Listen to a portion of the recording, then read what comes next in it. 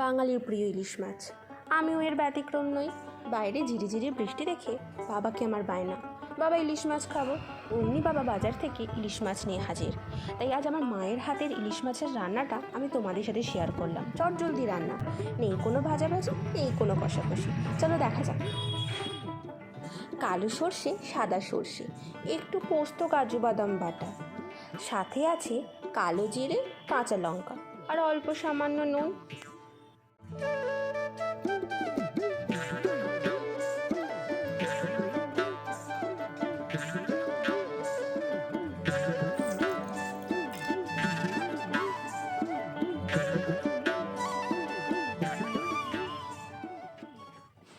কড়াই সর্ষের তেল দিয়ে তাতে হাফ চা চামচ চিনি আর কালো জিরে ফোড়ন দিয়ে দেওয়া হলো।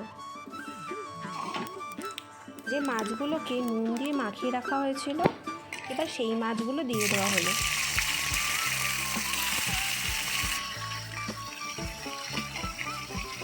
যে সর্ষে, কাজু বাদাম, পোস্ত সব মিক্সিতে বাটা হয়েছিল, সেই পেস্টটার মধ্যে এবার জল অ্যাড করে সেটাকে ভালোভাবে মিশিয়ে নিয়ে কড়াতে দিয়ে দেওয়া হলো।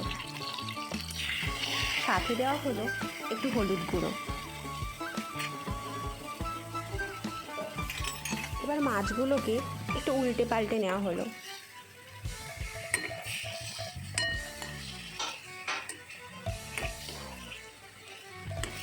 যদি সামান্য জল লাগে তাহলে একটু জল অ্যাড করে দেবেন।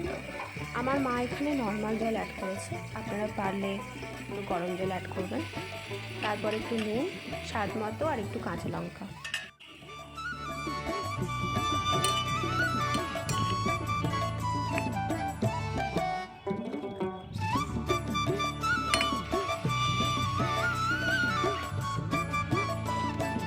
এবার ঢাকনা দিয়ে কিছুক্ষণ মিডিয়াম আঁচে রেখে দিলেই রেডি আমাদের সর্ষে ইলিশ।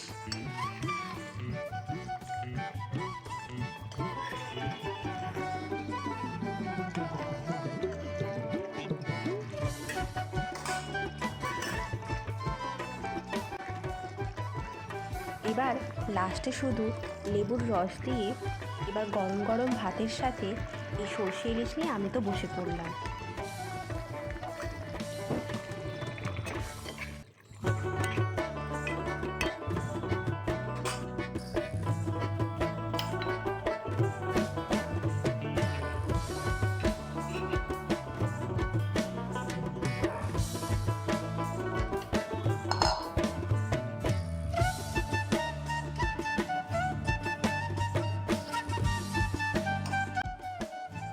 রান্নাটা কিন্তু করো সবাই, ডেসক্রিপশন বক্সে রেসিপি দেওয়া আছে।